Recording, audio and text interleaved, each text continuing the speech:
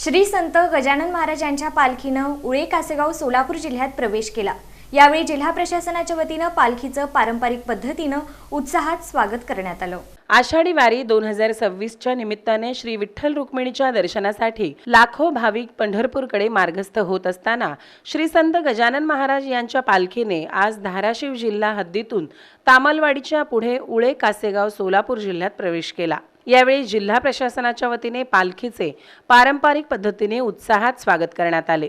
सोलापूर जिल्ह्याच्या हद्दीवर झालेल्या या स्वागत सोहळ्याला जिल्हा परिषदेचे मुख्य कार्यकारी अधिकारी कुशल जैन, उपविभागीय अधिकारी सदाशिव पडदुणे, उपविभागीय अधिकारी सुमित शिंदे, अप्पर पोलीस अधीक्षक विजय कबाडे, दक्षिण सोलापूरचे तहसीलदार किरण जमदाडे, पोलीस निरीक्षक कुंदन गावडे, गटविकास अधिकारी मनोज राऊत, सहाय्यक गटविकास अधिकारी सनी चव्हाण, दक्षिण सोलापूर तालुका आरोग्य अधिकारी डॉक्टर नीलम घोगरे, पंचायत समिती दक्षिण सोलापूरचे सभापती संदीप ढवळे, उपसभापती वर्षा पटणे तसेच जिल्हा परिषदेचे उपमुख्य कार्यकारी अधिकारी सूर्यकांत भुजबळ आदी मान्यवर उपस्थित होते।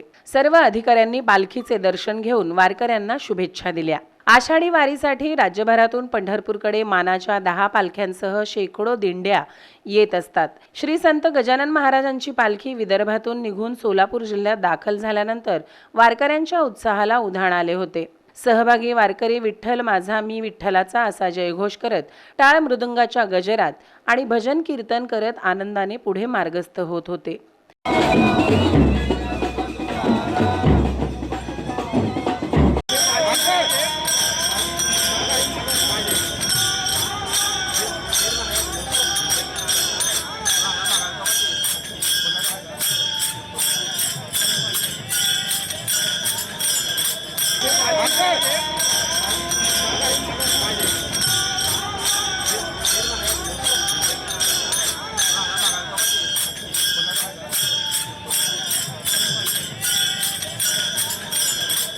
आबालवृद्ध वारकऱ्यांच्या चेहऱ्यावर पंढरीच्या दिशेने चालण्याचा आनंद स्पष्ट दिसत होता।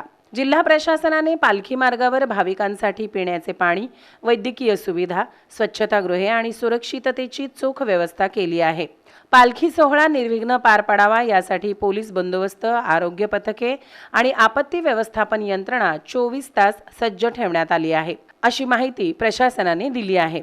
श्री गजानन महाराजांची पालखी पुढील मुक्काम उळे येथे करून उद्या सोलापूर शहरात प्रवेश करणार आहे।